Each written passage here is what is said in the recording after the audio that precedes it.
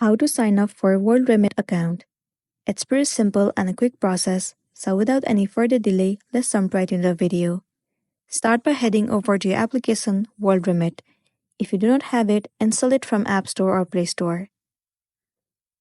Once you're in this page, at the bottom left corner, you can see the option of Register. Click on it. Tap on Allow.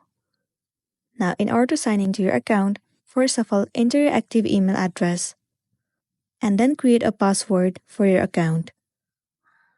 You must meet the criteria of the password. Once you've created the password, the next thing you want to do is select the number code of your country and then enter the mobile number. Once you have entered, you'll receive one code on your phone number. You have to copy that code and enter it in the section that you're asked to. Once you are done, click on Done, and then your account will be created successfully. So that's the wrap for this video. If it was helpful, give it a like and check out our next tutorial. Thank you.